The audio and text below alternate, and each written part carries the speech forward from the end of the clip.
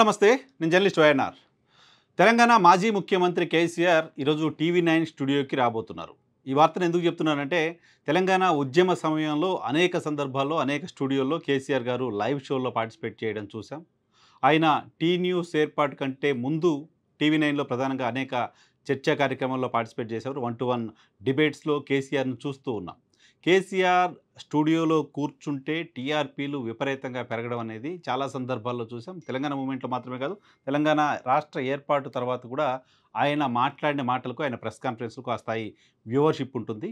అయితే సుదీర్ఘకాలం తర్వాత టీ న్యూస్ ఏర్పాటు తర్వాత, తెలంగాణ రాష్ట్ర ఏర్పాటు తర్వాత ఆయన 1-2 సందర్భాల్లో టీ న్యూస్‌లో లైవ్ షోల్లో పార్టిసిపేట్ చేశారు తప్ప ఇతర ఏ ఛానల్స్‌కి వెళ్ళలేదు. అంటే ఆల్మోస్ట్ ఒక దశాబ్దం తరువాత టీ న్యూస్ బయట ఓ న్యూస్ ఛానల్‌కి కేసీఆర్ లైవ్‌లో ఇస్తున్న ఇంటర్వ్యూగా దీన్ని చూడాలి.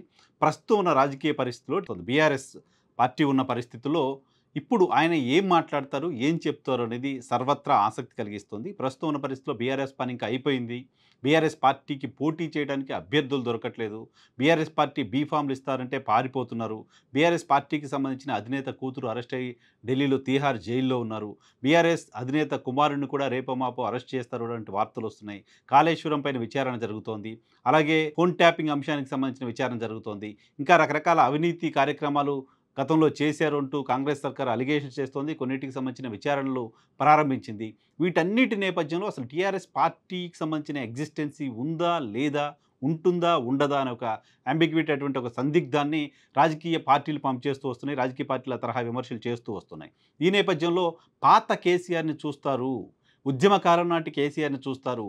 ఉద్యమ కాలం నాటి కేసీఆర్ ఎలా ఉన్నారో ఇక భవిష్యత్తులో అలాంటి కేసీఆర్ని చూడబోతున్నారు అంటూ కేసీఆర్ ఇటీవల కాలంలో బీఆర్ఎస్ భవన్ వేదికగా కొన్ని కామెంట్స్ చేశారు. ఆ కామెంట్స్ తర్వాత తొలిసారి ఆయన ఫిజికల్గా టీవీ9 స్టూడియోకి వస్తున్నారు.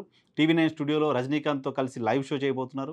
ఈ లైవ్ షో పట్ల తెలుగు రాష్ట్రాల్లో ఆసక్తి నెలకొంది. ఆంధ్రప్రదేశ్లో హీటెడ్ పొలిటికల్ అట్మాస్ఫియర్ ఉన్నప్పటికీ కేసీఆర్ ఏం మాట్లాడతారు ఈరోజు టీవీ9 స్టూడియోలో అనే దానిపైన ఆసక్తి ఉంది. సో ఈరోజు ఆయన మాట్లాడే మాటలు, ఆయన భవిష్యత్తు ఏ రకంగా బీఆర్ఎస్ పార్టీకి సంబంధించిన భవిష్యత్తు గురించి ఏం చెప్తారు, యాజ్ వెల్ దాంతోపాటుగా బీఆర్ఎస్ పార్టీకి సంబంధించిన అధినేత కొత్త కేసీఆర్ని చూస్తున్నారు. కొత్త కేసీఆర్ ఏంటి, ఆ కొత్త కేసీఆర్ ఈరోజు కనపడతారా, కొత్త కేసీఆర్ని ఈరోజు ఎస్టాబ్లిష్ చేసే ప్రయత్నం చేస్తారా అనేది చూడాల్సి ఉంది. మరోవైపు అటు అధికార కాంగ్రెస్ పార్టీ, కేంద్రంలో అధికారంలో ఉన్న భారతీయ జనతా పార్టీ, ఈ రెండు పార్టీలు కూడా బీఆర్ఎస్ పార్టీని టార్గెట్ చేస్తూ వస్తున్నాయి. బీఆర్ఎస్ పార్టీ నుంచి చాలా పెద్ద ఎత్తున వలసలు వెళ్తున్నాయి. అసలు ఎవరు ఊహించిన స్థాయి నాయకులు బీఆర్ఎస్ పార్టీ నుంచి వలస వెళ్ళారు.